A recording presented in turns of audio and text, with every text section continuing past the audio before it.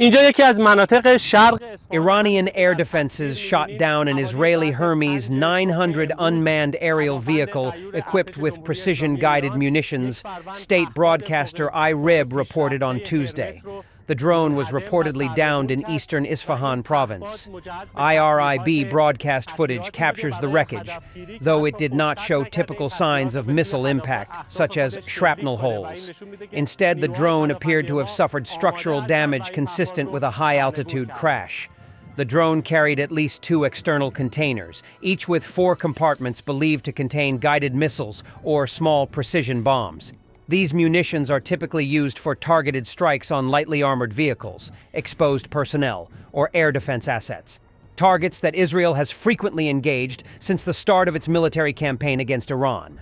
Later, the Times of Israel reported that the Israel Defense Forces confirmed the downing of one of its drones over Iran.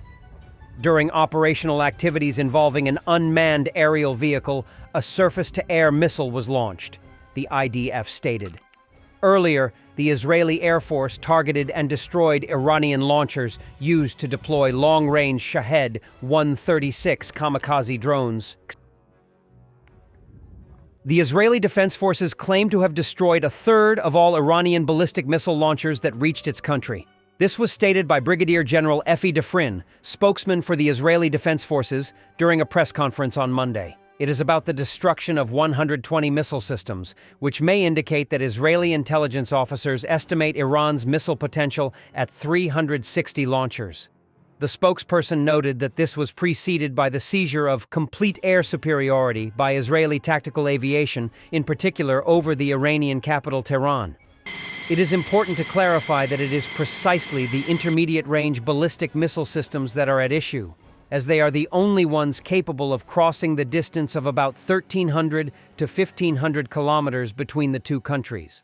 The statement of the military leadership is partially confirmed by the published footage of the destruction of medium-range missile systems such as Khaybar Shekan and Ghadir. The video below shows the destruction of several installations with missiles similar to Hajj Qasem. A possible confirmation of the success of Israeli aviation may also be a sharp decline in the number of rockets fired. On the night of June 17th, only 30 rockets were fired at Israel, which is a relatively modest figure compared to previous waves of strikes that numbered up to 100 units. At the same time, it is worth noting that estimates of Iran's stockpile of missiles and systems may be incorrect. The launchers themselves can be built in a short time, as they have a fairly simple design and in many places rely on the use of civilian solutions. The Iranian Islamic Revolutionary Guard Corps hides a significant portion of its ballistic missile launchers and stockpiles deep underground in an extensive network of missile cities. Accordingly, this imposes significant limitations not only on destruction, but also on intelligence. Iran's strike capabilities at such distances are not limited to ballistic missiles alone, and include the use of cruise missiles and long-range kamikaze drones. Israeli aviation during the Lion Nation operation also actively targeted the crews of these systems. In particular, they recently destroyed 3 Shahed 136 drone launchers. The Israeli army units had been tracking their movements for several days to strike at the moment they were preparing to launch. The Israeli Air Force has struck the Qojir complex in Iran, a facility involved in ballistic missile production. Photos and videos capturing a large explosion and fire at the site confirm the strike. The facility is used to produce Iran's latest medium-range ballistic missiles, including the Hajj Qasem, as well as other missile types. Qojir is located near Iran's capital, Tehran. Key infrastructure at the site includes planetary mixers, large industrial machines used to mix solid rocket fuel components, essential for producing solid missile fuel. Global powers tightly control the export of such equipment, and the loss of these machines could significantly slow Iran's missile manufacturing. Iran does not produce planetary mixers domestically and would need to seek replacements from countries such as China or Russia. Israeli sources said the complex was involved in the development and production of Iranian ballistic missiles. The damage is expected to affect the combat readiness of Iran's missile forces and may undermine Tehran's potential plans to supply missiles to Russia. This is not the first reported strike on the Kojir facility. In a previous attack in October 2024, Israeli aircraft reportedly destroyed 12 planetary mixers and a battery of S-300 air defense systems. Militarny previously reported that Israeli forces also targeted Iran's uranium enrichment facility in Natanz, a key site in the country's nuclear program. Iranian officials claimed the facility's underground components were not damaged and that only above-ground structures were affected. The state-run Mehr news agency, citing the Atomic Energy Organization of Iran, reported that while some parts of the site were damaged, the strategic infrastructure remained intact. Iran has fired approximately 400 ballistic missiles and 1,000 drones at Israel since the conflict between the two countries began on Friday, an Israeli military official told CNN. Of those missiles fired, approximately 20 ballistic missiles hit civilian areas in Israel, the official added. At least 24 people have been killed in Israel since it launched its operation. If the U.S. decides to join Israel in attacking Iran, Tehran would have no choice but to retaliate, Iranian Deputy Foreign Minister Majid Takht Ravanchi told CNN. If the Americans decide to get involved militarily, we have no choice but to retaliate wherever we find the targets necessary to be acted upon, Ravanchi said in an interview with CNN's Christiane Amanpour. That is clear and simple, because we are acting in self-defense.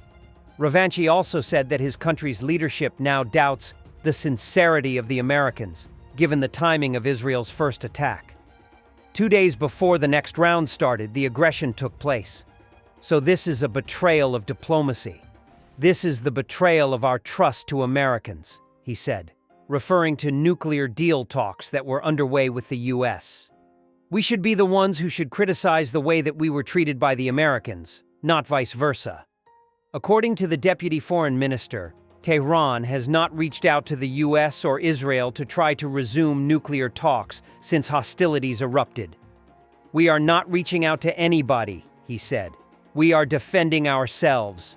Although we have always promoted diplomacy, we cannot negotiate under the threats. We cannot negotiate while our people are under bombardment every day. So we are not begging for anything. We are just defending ourselves. He also argued that the attack had rallied Iranians around their government. Now, there is a very strong cohesion within the Iranian society to resist aggression, to resist foreign interference in our domestic affairs, Ravanchi said. Israeli officials have been urging Iranian civilians to rise up against the current government, arguing that now is the time for regime change with leaders in Tehran weakened by the conflict. Escalation in the conflict between Iran and Israel continues into day 6, as Supreme Leader Ayatollah Ali Khamenei said the Iranian nation is not one to surrender, a day after U.S. President Donald Trump called on the country to surrender unconditionally. Khamenei also criticized Israel for launching its military campaign while Tehran was holding talks with the United States over its nuclear enrichment program. He claimed that the fact Israel's American allies are stepping in is a sign of the Zionist regime's weakness and inability. Meanwhile, in response to Khamenei's vow not to surrender, Trump told CNN, "I say good luck," while simultaneously encouraging Israeli Prime Minister Benjamin Netanyahu to keep going with the campaign against Iran. Trump declined to say whether he has made a decision on U.S. military intervention in Iran. "You don't know that I'm going to even do it. You don't know. I may do it. I may not do it. I mean, nobody knows what I'm going to do," Trump said. He also said that he offered Iran the ultimate ultimatum as he weighs U.S. military intervention in the conflict. Pressed by CNN on what that entailed, Trump declined to provide specifics. Trump conceded that there are factions of his supporters who do not back U.S. military intervention in Iran. "I may have some people that are a little bit unhappy now, but I have some people that are very happy. Then I have people outside of the base that can't believe that this is happening. They're so happy," Trump said. Earlier, GOP Representative Tim Burchett said that he wanted to see very little U.S. involvement in the conflict. "We don't need another endless war in the Middle East," the Tennessee lawmaker told CNN. Thanks for watching, and don't forget to subscribe. Also, if you want to support Warthog Defense, please become our member and get early access to new videos, exclusive members-only videos, and become administrator in comment section. The membership link is in the description. Rescues every day. We had a guy last week, it's 6 rescues in 6 days. You know, he's doing the job every day.